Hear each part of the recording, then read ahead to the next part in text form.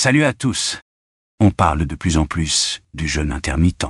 Certains le considèrent comme un remède miracle pour perdre du poids, booster l'énergie et même ralentir le vieillissement. D'autres, au contraire, mettent en garde contre ses effets sur l'organisme. Alors, qu'en dit réellement la science? Quels sont les véritables impacts de cette pratique sur notre santé? Aujourd'hui, on plonge dans le sujet avec Bruno Donatini, expert du microbiote et des pathologies digestives.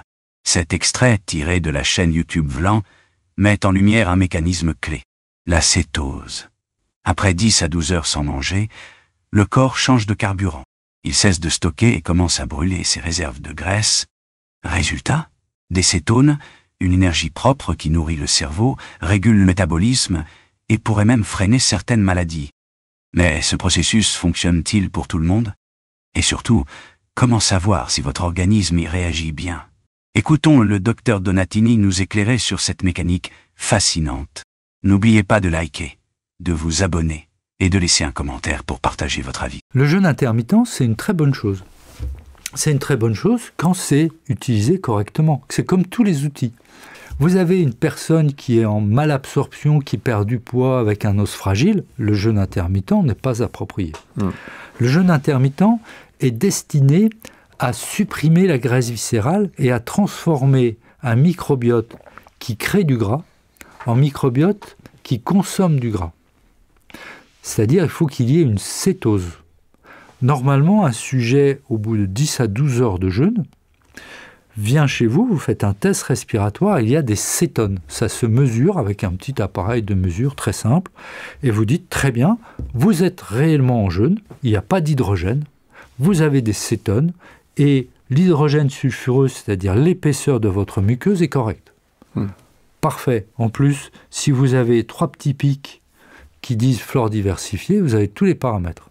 3 pics, cétones, hydrogène sulfureux, vous êtes sûr qu'il n'y a jamais de perméabilité. Pas d'inflammation, vous avez gagné. Donc soit vous l'avez remise sur pied et c'est bon, soit elle est déjà avec une bonne flore, vous dites c'est pas le problème. Donc ça, c'est le point numéro 1. Vous avez une personne qui ne fait pas de cétone. Vous allez lui dire, ce que vous mangez, c'est pas approprié, et vous mangez trop, puisque vous faites du gras, même 10 heures plus tard, votre intestin est bloqué.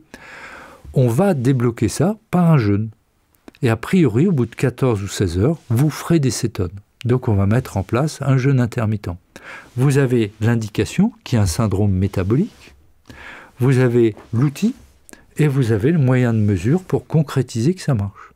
Quand ça a marché, elle perd du poids, la graisse dans le foie diminue, dans le pancréas diminue, la glycémie diminue, l'insuline diminue, et puis vous avez une meilleure vidange. En général, il y a plus d'énergie, moins de fatigue. Et vous ne risquez pas d'affaiblir la personne puisqu'il y a de la graisse à manger et de l'énergie à revendre. Donc elle est capable de créer de l'énergie qui est la cétone pour nourrir son cerveau. Et on supprime un effet qui est un effet protumoral, qui est l'effet Warburg. Bon, c'est un petit peu technique, mais très connu. La cellule tumorale se nourrit de sucre et de glutamine. Si vous supprimez le sucre, vous bloquez les cellules tumorales. Il y a un petit rat, qui est un rat taupe, qui vit 10 fois plus que le rat normal, parce qu'il n'y a pas de production il y a des productions de cétone et pas de production de composés organiques lourds dans la consommation des sucres. Donc il n'y a pas d'arrivée de glucose dans les cellules tumorales. Donc simplement par cet effet, on a une augmentation de l'espérance de vie colossale.